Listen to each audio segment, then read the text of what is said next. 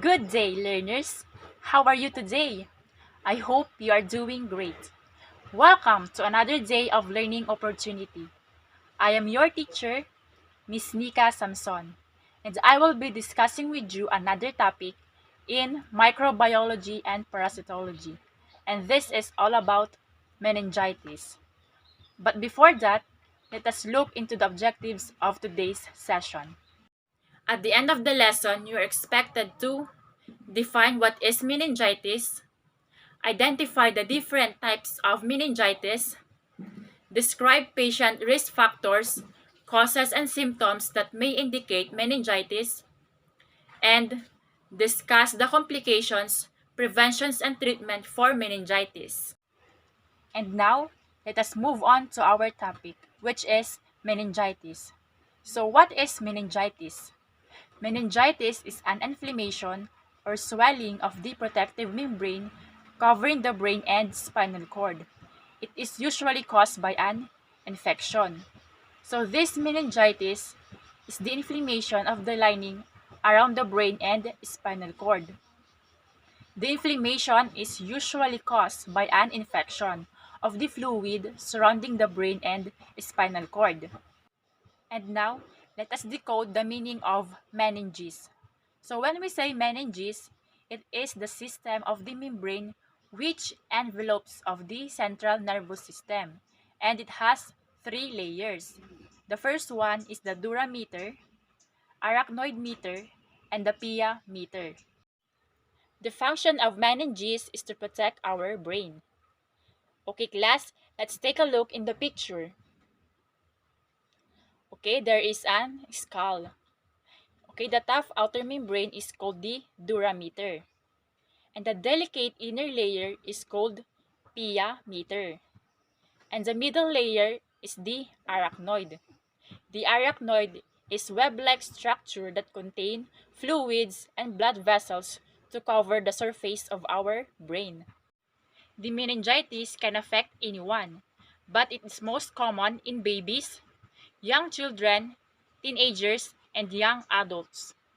Meningitis can occur when fluid surrounding the meninges becomes infected.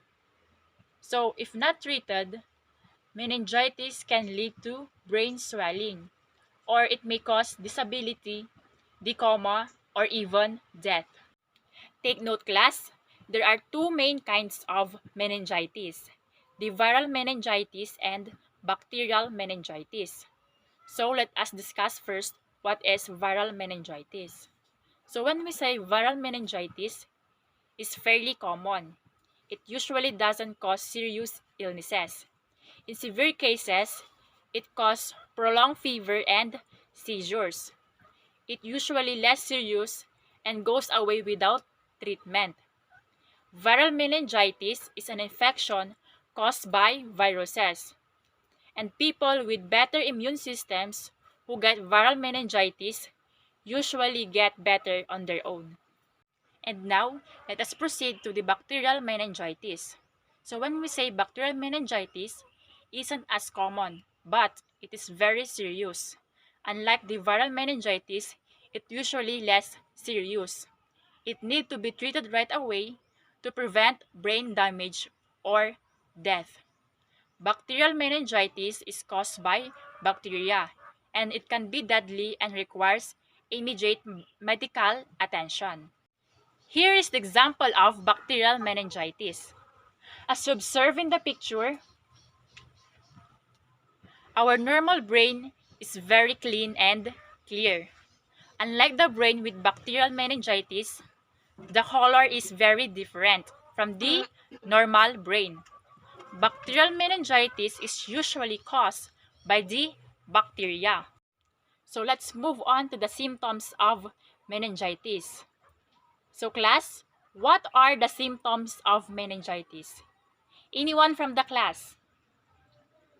So the symptoms of viral and bacterial meningitis can be similar in the beginning.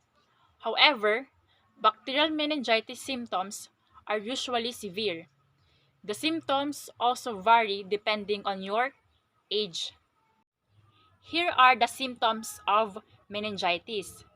The first symptom is fever. Sudden fever is the body's way of trying to fight foreign invaders. The second symptom is sleepiness. If a person cannot be woken up or seems to be excessively sleepy, this may be an early symptom of meningitis infection. The illness may affect the brain alertness, making it hard for a person to stay awake. Next symptom is headache. One of the most common symptoms of meningitis is a severe headache. The inflammation that occurs near the brain and spinal cord can result in significant pain. So this headache may be mistaken for a migraine. And light sensitivity. This is an early symptoms of meningitis. They are very sensitive in direct sunlight. Brain swelling and headache resulting from meningitis can result in sensitivity and a worsening headache when looking toward a light. Example, babies or children may cry or turn away from light when they experience these symptoms light sensitivity. So there is a possibility that they have meningitis. The next symptom is vomiting. A severe headache or brain swelling and the body's defense against the illness can cause stomach upset and vomiting, especially in the young children. Stomach upset and vomiting may be effect of meningitis. And then, joints pain. Muscle weakness is a common symptom of meningitis, both during the illness and in the months that follows. Muscle spasms and body aches or generalized weaknesses in some parts of the body may occur. And next symptom is rash. Several different types of meningitis may cause rash. The rash usually starts as small, red pinpricks before spreading quickly and turning into red or purple blotches. How do you know if your rash is meningitis? Press a clear glass firmly against the rash. Put into your rashes. If you can see the marks clearly through the glass, seek medical attention. So the meningitis rash isn't itchy, unlike the other rashes. The rash can appear anywhere in the body and can spread very quickly. It can occur in babies, children, and young adults. And last symptom is seizures. So some seizures due to bacterial meningitis may be harmful, particularly in adults. So viral meningitis, which tend to be less serious than the bacterial meningitis, is likely to cause seizures. So during the early stages of bacterial meningitis, seizures may result from swelling and pressure in the brain, as well as the bacterial toxin in the fluid surrounding the brain.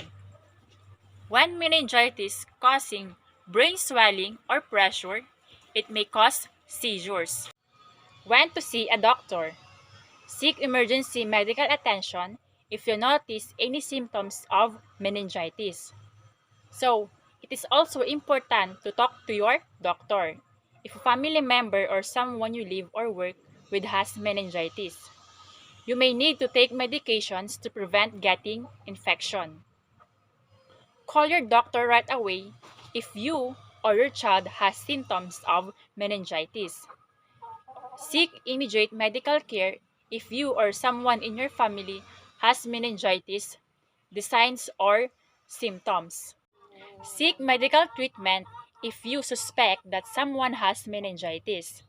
Early treatment of meningitis can prevent serious complications. And only a doctor can tell whether they are caused by viral meningitis or bacterial meningitis. Causes of meningitis. So what are the causes of meningitis? Most meningitis is caused by bacteria and viruses that often live in our bodies.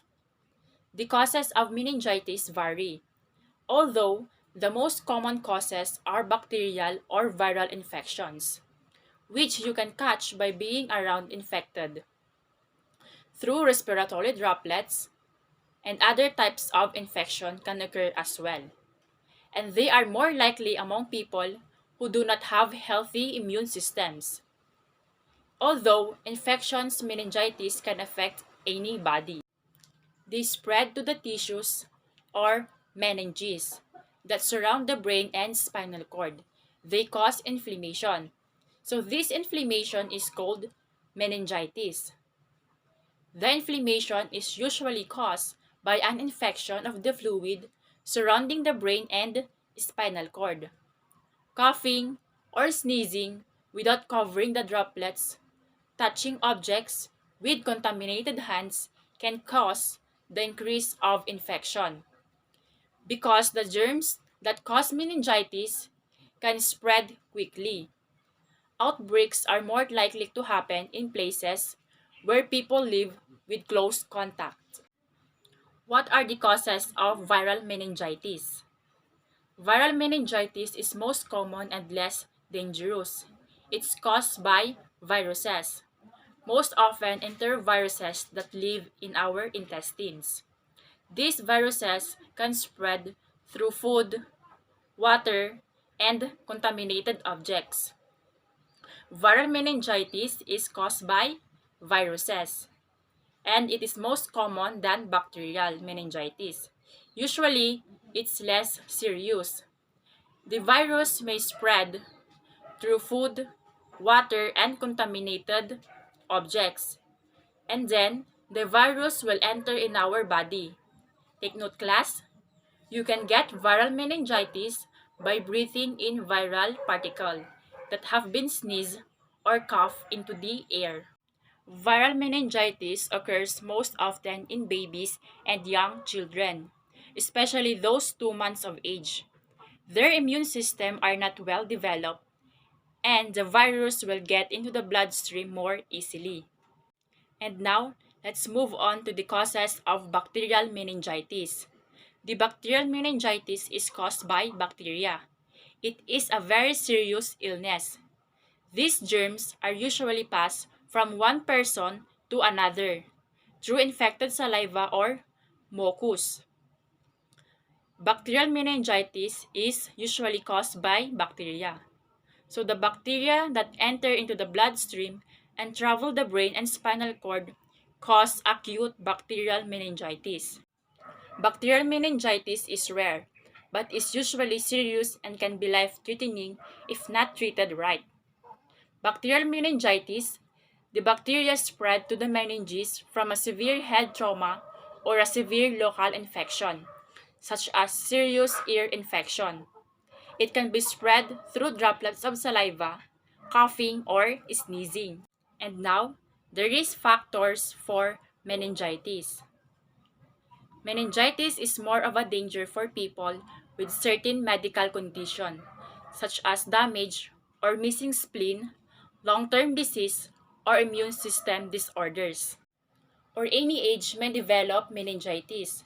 Having weak immune systems, traveling to certain foreign countries also increases your risk factors for meningitis. Certain germs that cause meningitis can spread easily. Outbreaks are more likely to happen in places where people live close to each other.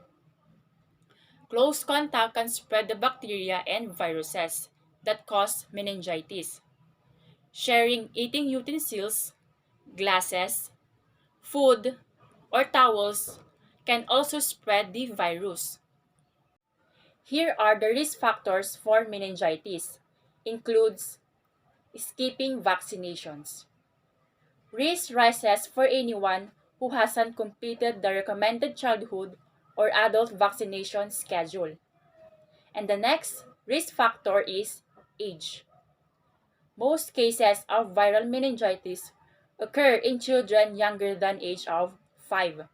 Bacterial meningitis is common in those under age of 20.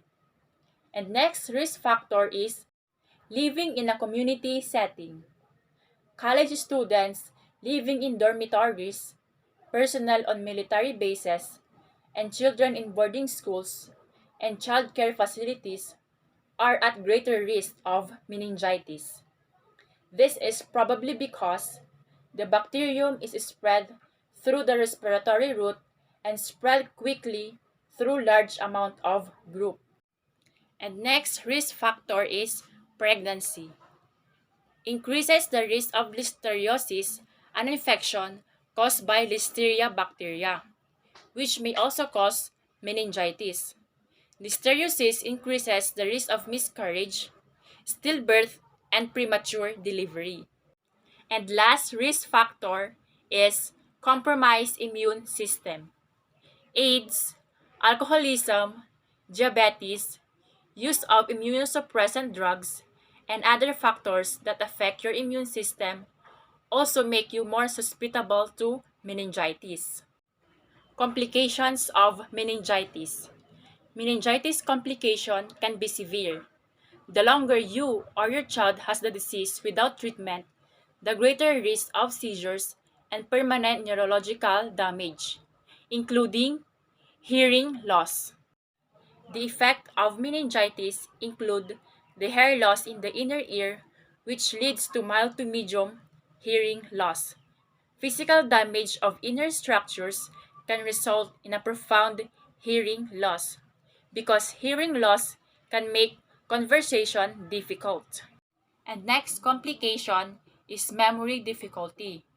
After recovering from meningitis, some people experience problem with memory. This can be a result of damage to the brain during the illnesses, or may have difficulty concentrating due to the lingering brain damage. Learning disabilities. Meningitis is the inflammation of the tissues that line the brain and spinal cord. While most children recover, they can be left with permanent disabilities and learning disabilities, like reading, writing, and counting. The brain damage. Most people with meningitis make full recovery. However, in some cases, can cause brain damage. If they don't seek medical attention, it may lead to brain damage. The gait problems. The loss of coordination balance or other movement skills, including joint pain or condition, or walking abnormality is when a person is unable to walk in the usual way. And next complication is seizures. Seizures may result from swelling and pressure in the brain, as well as bacterial toxin in the fluid surrounding the brain. Kidney failure. Some types of bacterial meningitis can cause kidney failure of long-term disease. Some medication for meningitis can also damage the kidneys. And last complication is shock. Meningitis, particularly bacterial meningitis, can cause sepsis, which can develop into septic shock, or it may result in death. Okay, class, let's move on to the prevention and treatment for meningitis. So here are the preventions for meningitis. Maintaining a healthy lifestyle, especially if you're at increased risk, is important. This include getting adequate amount of rest, not smoking, and avoid contact with sick people. So other preventions for meningitis is wash your hands. Careful hand washing helps prevent the spread of germs. Teach children to wash their often, especially before eating and after using the toilet. Thoroughly wash and rinse their hands. And next prevention is practice good hygiene. Don't share drinks, food, straw, eating utensils, lip balms, or toothbrush with anyone else. Teach children and teenagers to avoid sharing their items too. Stay healthy. Maintain your immune system by getting enough rest, exercising regularly, and eating healthy diet with plenty of fresh fruits, vegetables, and whole grains. And cover your mouth. When you need to cough, be sure to cover your mouth and nose to prevent respiratory droplets. If you are pregnant, take care with food. Reduce your risk from listeriosis, or what we call the bacteria, by cooking the meat. Avoid cheeses made from unpasteurized milk. Eat green leafy vegetables and fruits. And take note, class, prevention is better than cure. Okay, class, let's move on to the treatment for meningitis. Your treatment will depend on the types of meningitis you have. The bacterial meningitis needs treatment with antibiotics right away. The doctor might give you a general broad spectrum antibiotics, even before they've found the exact bacteria that cause your illnesses. And lastly, the viral meningitis. So viral meningitis usually goes away on its own without treatment. Your doctor might tell you to stay in bed, drink plenty of fluids, and take over-the-counter pain medicine. If you have a fever, medicine. Okay, class? To sum up the lesson, meningitis is an inflammation or swelling of the protective membrane, covering the brain and spinal cord. It is usually caused by an infection. And also, we have the meninges. Its function is to protect the surface of our brain. And we have the different types of meningitis: the bacterial meningitis and the viral meningitis. So when we say bacterial meningitis, it is usually caused by the bacteria, while the viral meningitis is usually caused by the viruses.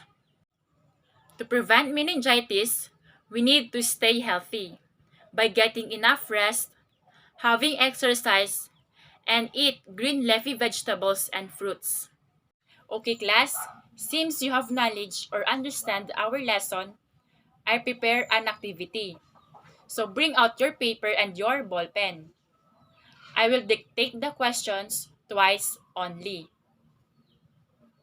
So number 1, it is an inflammation or swelling of the protective membrane covering the brain and spinal cord. It is an inflammation or swelling of the protective membrane covering the brain and spinal cord. Number 2, identify the different types of meningitis. Identify the different types of meningitis. For number 3 to 5, what are the symptoms of meningitis? What are the symptoms of meningitis? Number 6, it is the type of meningitis that caused by the bacteria. Number 6, it is the type of meningitis that caused by the bacteria. Number 7, it is the type of meningitis that caused by the viruses. Number 7, it is the type of meningitis that caused by the viruses. For number 8 to 10, what are the 3 layers of meninges? For 8 to 10, what are the 3 layers of meninges? Are you done, class? Okay, class, if you are done, let's check your answers. Okay, number 1, it is an inflammation or swelling of the protective membrane covering the brain and spinal cord. So that is meningitis. Number 2, identify the different types of meningitis. So what are those? Bacterial meningitis and viral meningitis. For number 3 to 5, what are the symptoms of meningitis? So the symptoms of meningitis are fever, vomiting, light sensitivity, shock, and number 6, it is the type of meningitis that caused by the bacteria. So that is bacterial meningitis. And number 7, it is the type of meningitis that caused by the viruses. So that is viral meningitis. And for number 8 to 10, what are the 3 layers of meninges? So the 3 layers of meninges are durameter, pia meter, and arachnoid meter.